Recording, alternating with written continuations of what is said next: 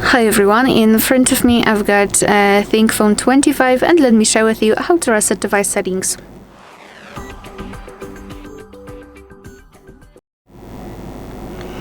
So let's begin with opening the settings, and here we have to scroll all the way down to find the system.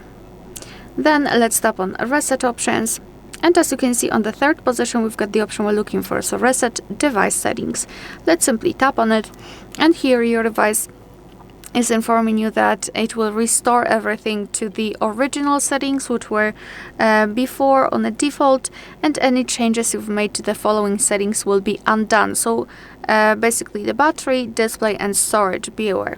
So tap on reset device settings, confirm everything with your screen lock. And here your device is asking again whether you really want to do it. So just tap on reset device settings, and now we have to simply wait until it will be done. Alright, so that will be all. Thank you so much for watching. Please hit the subscribe button and leave the thumbs up.